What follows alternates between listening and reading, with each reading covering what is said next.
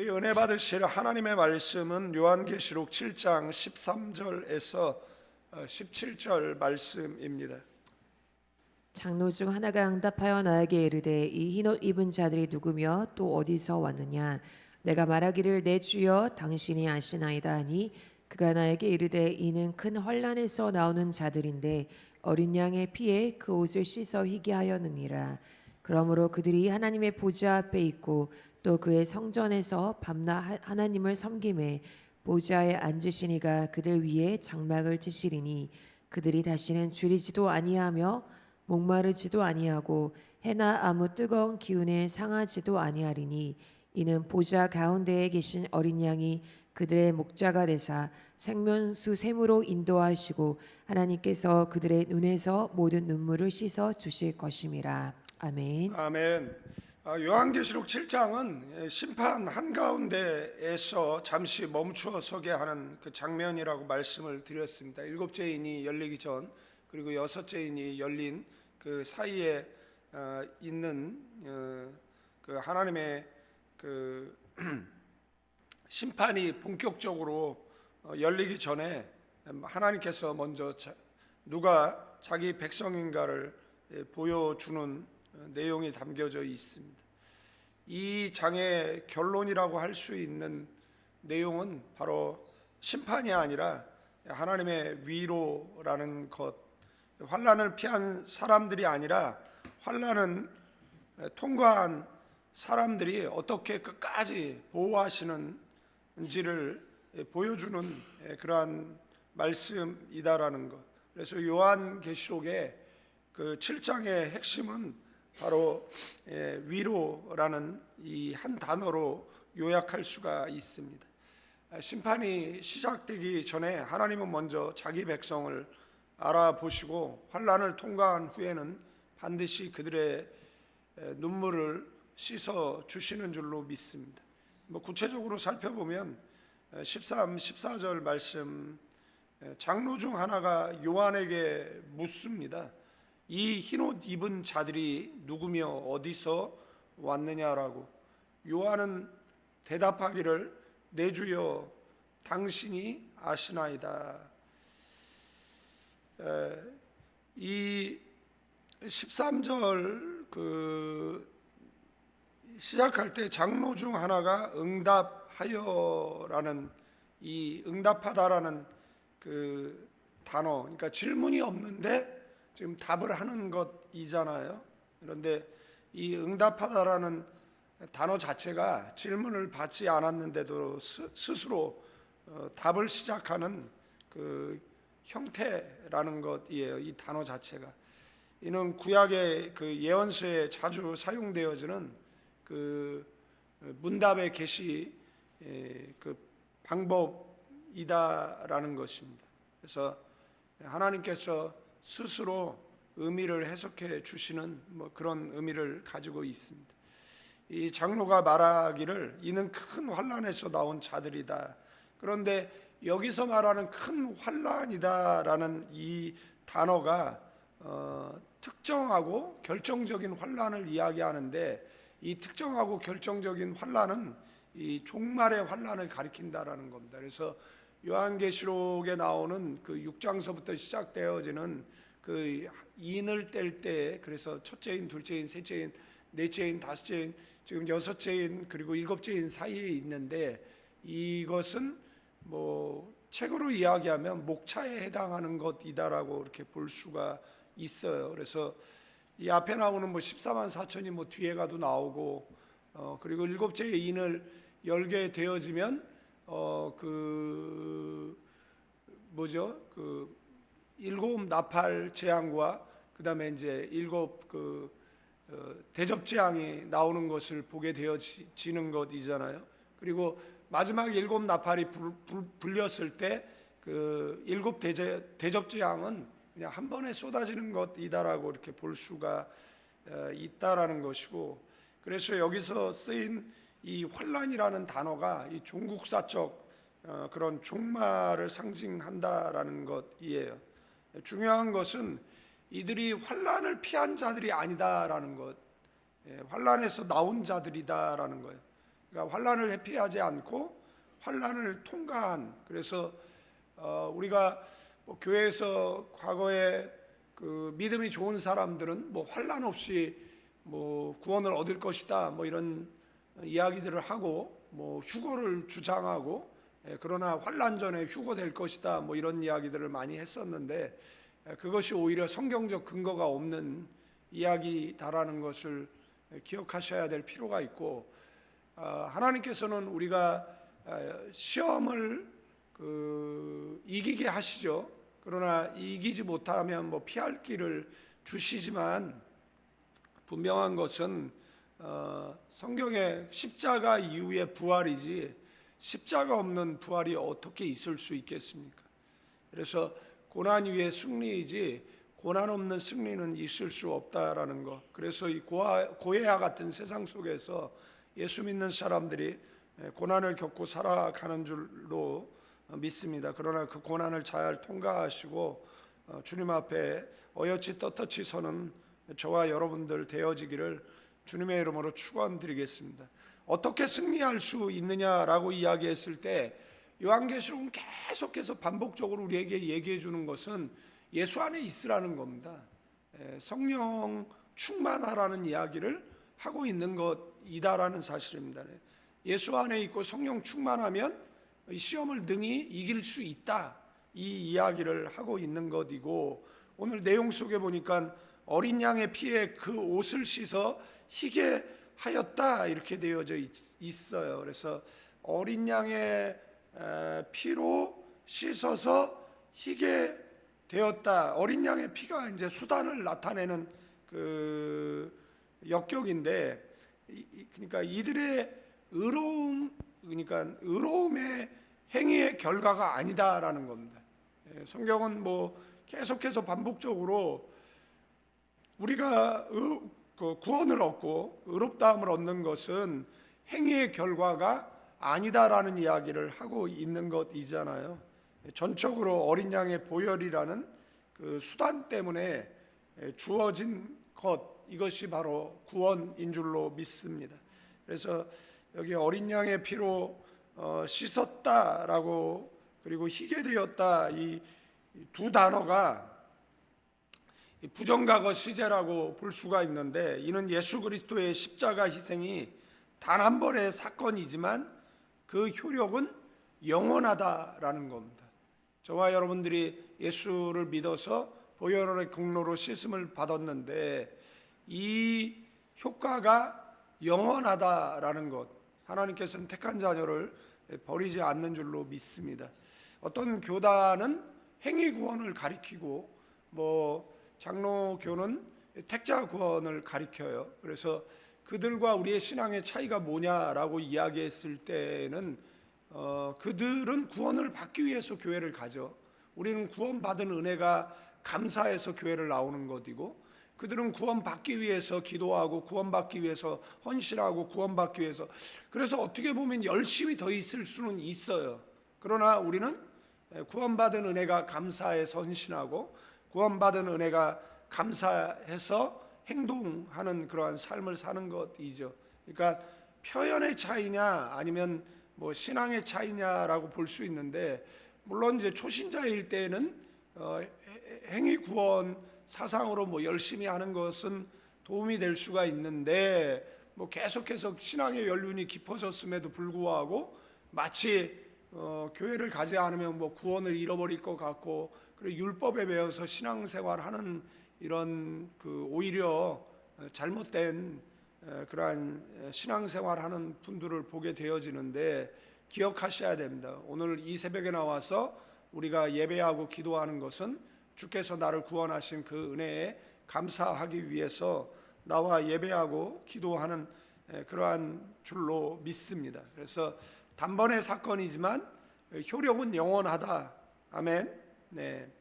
15절 말씀해 보면 그러므로라는 그 앞선 모든 내용, 근데 이게 원어적 의미는 이것 때문에 이런 뜻을 가지고 있습니다. 그래서 앞선 모든 내용, 곧 속죄의 피 때문에 그 나타난 결과를 이야기하는 겁니다.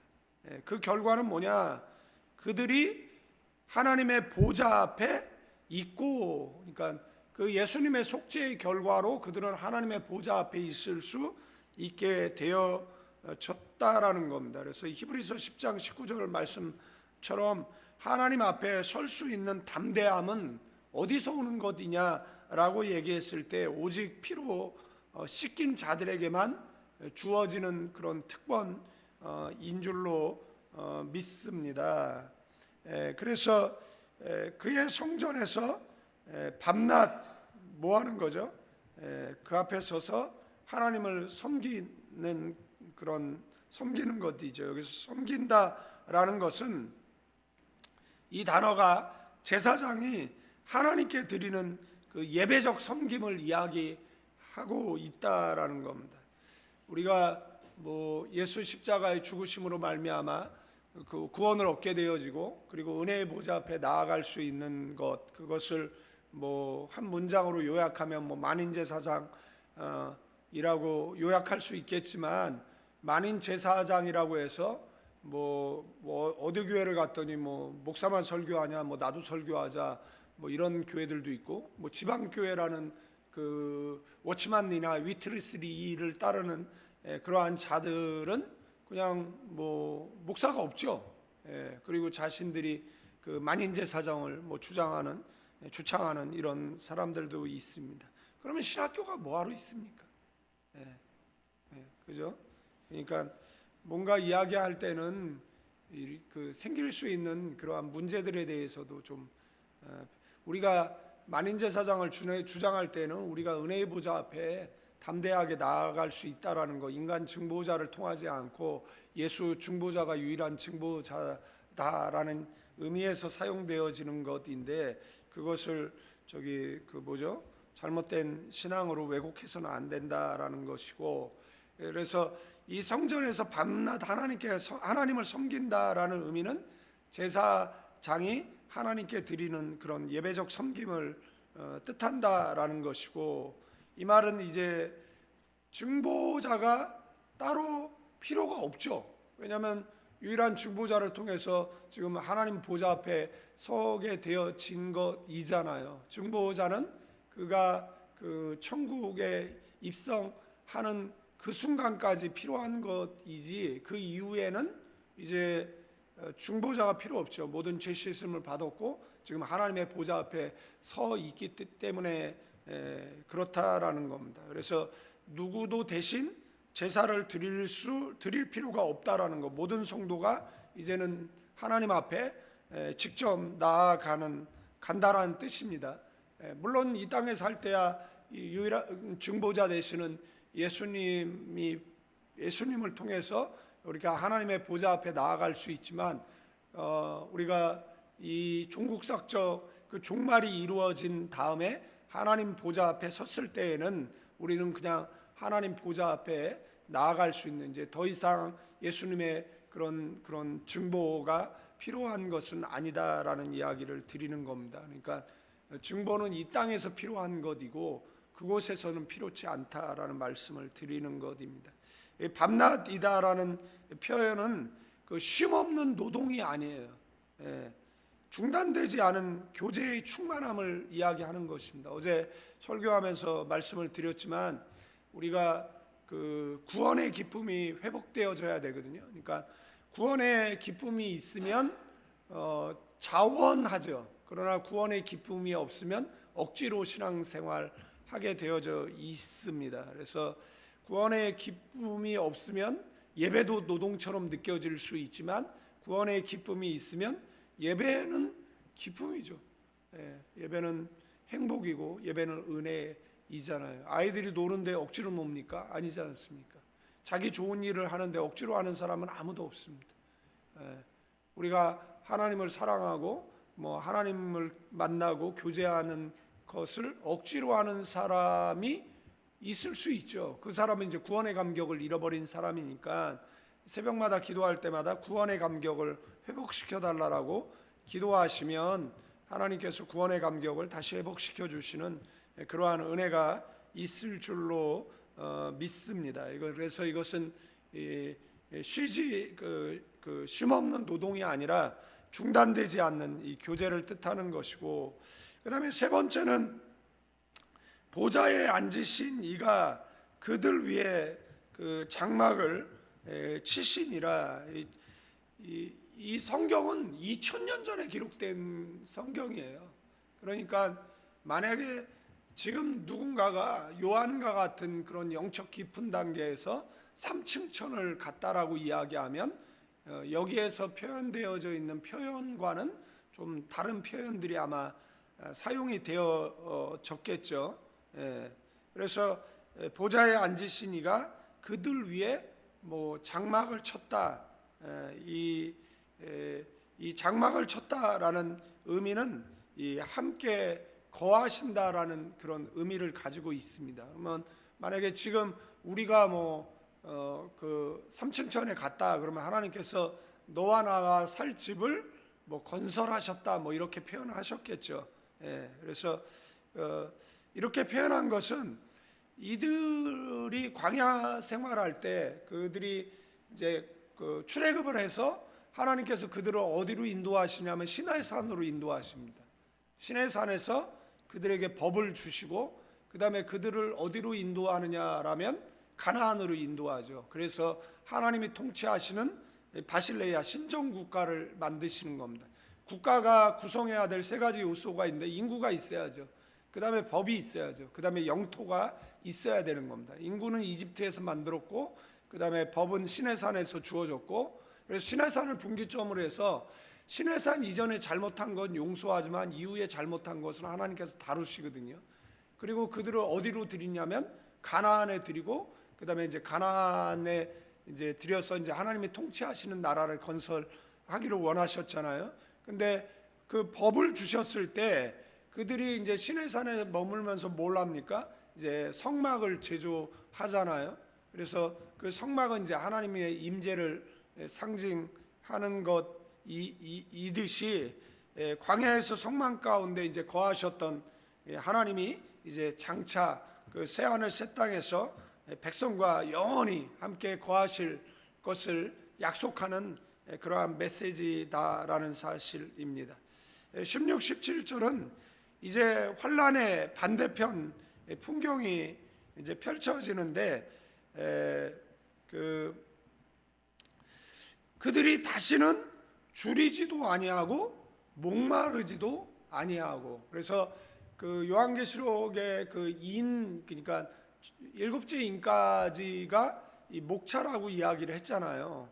그러면은 목차라고 이야기를 하면 환란에서 그 나온 사람들, 그러면은 환란을 통과하는 것이잖아요. 그러면 뭐 우리가 뭐 전에 이제 교회에서 들었던 휴거는 솔직히 성경에 단어가 나오지 않습니다. 그러면 그 휴거는 어디 들어가 있는 것이냐라는 뭐 이야기를 할 수 있는데, 그거는 뭐 뒤에 가면 뭐 설명할 수 있는 그 틈이 있어요. 그러니까 그때 가서 뭐 다시 설명을 드리도록 하고요. 그들이 다시는 줄이지도 아니고 목마르지도 않는다라는 겁니다. 이 줄임과 목마름은 단순한 영적인 결핍이 아닙니다. 그러니까 예수님께서 십자가에 달리셨을 때 내가 목마르다라고 말씀하시잖아요. 근데 쓸개탄 포도즙을 해흉에 묻혀서 달아 올렸는데 예수님 마시지 않거든요. 그러면 그 목마름은 육체적 목마름이 아니라 영적인 목마름이다라는 것을 우리가 알 수가 있어요. 마찬가지로 여기에 나오는 주림과 여기에 나오는 목마름도 그 육적인 목마름이 아니라 영적인 갈급함을 상징한다라는 사실입니다. 그래서 예수님께서 나는 생명의 떡이라고 하신 그 배에서 생수의 강이 그 수가성 여인에게 그 흘러 넘치리라고 말씀하셨던 것처럼 수가성 여인은 계속해서 육체의 갈급함이 있었잖아요. 이 사람을 만나면 충족될까, 저 사람을 만나면 충족될까. 그래서 5 남편이 있었고 지금 사는 6번째 남편과 살고 있는 것이잖아요. 그게 뭐 문자적으로 해석을 하면 뭐 육적인 남편도 될 수 있는데, 또 그 시대 상으로 해석을 하면 그 사마리아 사람들이 숭배했던 그런 우상으로도 해석이 되어지는 것인데, 이 모든 것들이 그 육체적인 갈급이 아니라 영적인 갈급을 이야기한다라는 것을 말씀을 드리고, 그 영적인 갈급의 완전한 성취가 언제 이루어지느냐라고 이야기했을 때 예수님께서 말씀하셨던 나는 생명의 떡이고 네가 내 안에 있으면 그 생수의 강이 넘친다라는 그런 표현들이 나오는 것을 보면, 그래서 여기서 말하는 그들이 다시는 줄이지 않고 다시는 목마르지 않는다라고 이야기했을 때 이것은 영혼의 갈급함의 그런 충만함, 그런 성취를 이야기한다라는 것이고, 그 다음에 나오는 해가 아무리 뜨거운 기운에도 상하지 아니하리라라고 또 말씀하고 있습니다. 이 뜨거운 기운은 타들어 같은 고통을 이야기하는데, 이 고통에서 상하지 아니한다라는 그런 이 표현은 강한 그 이중부정을 이야기하는 거예요. 그러니까 결단코 그런 고통이 다시 없을 것이다, 뭐 이런 의미를 가지고 있는 거예요. 그런 이유가 뭐냐라고 이야기했을 때 17절에 이 결정적인 그 이유를 설명하고 있어요. 보좌 가운데 계신 어린 양이 그들의 목자가 되기 때문이다. 아멘. 그래서 앞에 말씀에 보면 그들이 어떻게 환난을 통과했느냐, 어린 양의 피에 그 옷을 씻어서 희게 했다라고 말씀을 하고 있어요. 그 다음에 이제 두 번째 이제 결정적인 내용이 그들이 결단코 고통이 다시는 없을 것이다. 그러면 이 고통은 어떻게 다시 없을 수 있느냐라고 이야기했을 때 보좌에 계신 어린 양이 그들의 목자이기 때문에라고 설명하고 있는 거예요. 그래서 목자가 되신다라는 것은 단순한 인도를 이야기하는 것이 아니라 보살피고 책임진다라는 의미를 가지고 있어요. 육신의 아버지는 뭐 때가 되시면 뭐 세상을 떠나고 우리가 홀로 될 수 있지만, 하나님은 우리를 고아처럼 버려두시지 않는 줄로 믿습니다. 그리고 보살피고 완전한 책임을 지신다라는 거예요. 그것이 목자가 양을 책임지는 것처럼 어린 양이신 예수께서 환난을 통과한 성도의 삶을 끝까지 책임진다라는 그 선언이고, 그 예수님께서 그들을 어디로 인도하는 것이에요? 17절에 보면 생명수 샘으로 인도하신다라는 거, 영원히 목마르지 않는 그러한 샘으로 인도하시는데, 이 헬라어 표현을 직역하면 그 생명의 샘들이라고 되어 있습니다. 마르지 않는, 고갈되지 않는 은혜를 이야기하는 것입니다. 그러니까 우리가 신앙생활하는데 고갈될 때가 있잖아요, 그죠? 번아웃 될 때도 있어요. 우리가 신앙생활하는데 하나님의 부재를 느낄 때도 있어요. 성경에 보면 그 하나님의 사람들이 그 연단을 받은 그때에 뭐 제가 아브라함 예를 잘 들어서 설명을 하는데, 아브라함이 하갈과 그 이스마엘을 출생하고 하나님께서 13년간 아브라함에게 그 나타나지 않으시거든요. 그랬을 때 아브라함은 얼마나 영적 고갈에 시달렸겠느냐라는 것이에요. 그러나 저곳에서는 그런 고갈이 없다라는 이야기를 말씀을 드리는 거예요. 고갈되지 않는 은혜 가운데 저와 여러분들이 살게 되어질 줄로 믿습니다. 그래서 그 바울은 3층 전에 오고 갔잖아요. 그런데 자신이 왔다 갔다라는 이야기를 하지는 않지만 많은 학자들이 바울일 것이다라고 이야기를 했는데, 인간의 언어로 설명할 수 없다라고 말했거든요. 그러니까 여러분들 그것을 어떻게 다 설명을 할 수 있겠습니까? 그러나 성경이 설명할 수 있는 내용에 최선을 다한 그러한 설명이라고 볼 수 있어요. 그래서 마지막으로 하나님께서 그들의 눈에서 모든 눈물을 씻어 주실 것이다. 우리가 장례식장에 가면은 뭐 부르는 찬양이 있잖아요. 그리고 소망의 메시지를 전하잖아요. 그곳에는 이별이 없을 것입니다. 그곳에는 차별이 없을 것입니다. 그곳에는 고통이 없을 것입니다. 그곳에 가면 이 땅에서 장애를 입었을지 모르지만 그곳에 가면은 완전체로 회복될 것입니다라는 그 이야기를 우리가 드리잖아요. 그런데 여러분들이 이 땅에 살아가는 동안에 흘리는 그런 고통의 눈물, 그 억울하게의 눈물들이 있잖아요. 그런데 하나님께서 이 모든 것들을 씻어 주신다라는 것은 지워버린다라는 거예요. 흔적조차 남기지 않는다라는 겁니다. 지금 심리학에서는 이제 트라우마를 이야기하잖아요. 프로이드나 칼융이 트라우마를 이야기하는데 그 트라우마가 뭐예요? 그 상처잖아요. 어렸을 때 학대를 당했다든지 어떤 이런 상처를 이야기하는데 그것을 완전히 지워버리신다라는 거죠. 우리가 주님 앞에 섰을 때 이 땅에 살아왔던 모든 세월들이 아마 우리에게 상처일 거예요. 그러나 그것들을 하나님께서는 흔적조차 남기지 않고 씻어 버리신다라는 것이고, 여러분들 생각을 해보십시오. 이 세상에서 기쁘면 얼마나 기쁘고 이 세상에서 고통스러우면 그것이 얼마나 고통스럽겠습니까?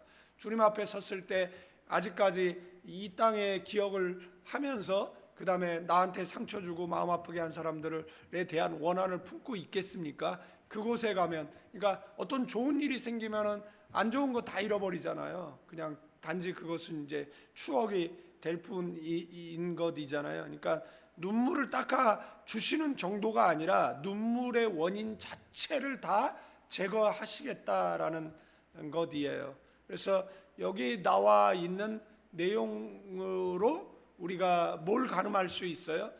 그곳을 가늠할 수 있죠. 그곳은 눈물이 없구나. 그곳은 고통이 없구나. 그곳은 우리가 받았던 모든 상처들이 회복되는 곳이구나. 그곳에서는 이 땅에서는 갈급한 그런 영적인 갈급함이 있었는데 그곳에서는 그런 것이 없고 늘 충만하구나, 늘 기쁨이 넘치고 늘 은혜가 넘치고 늘 행복한 곳이구나를 우리가 조금은 알 수 있다, 이렇게 볼 수가 있습니다. 그래서 요한계시록 7장은 환란이 성도를 완전히 무너뜨리지 못한다. 아멘. 어린 양의 피로 인침받은 자는 반드시 뭐예요? 반드시 통과한다. 반드시 보호받는다. 반드시 위로받는다. 아멘. 예수 그리스도의 보혈은 결코 헛되지 않는다라는 겁니다. 주님 말씀하시죠. 내가 그들을 내 손에서 빼앗기지 않겠다라고 말씀하십니다. 그러므로 사랑하는 성도 여러분, 우리는 환난을 두려워할 필요가 없습니다.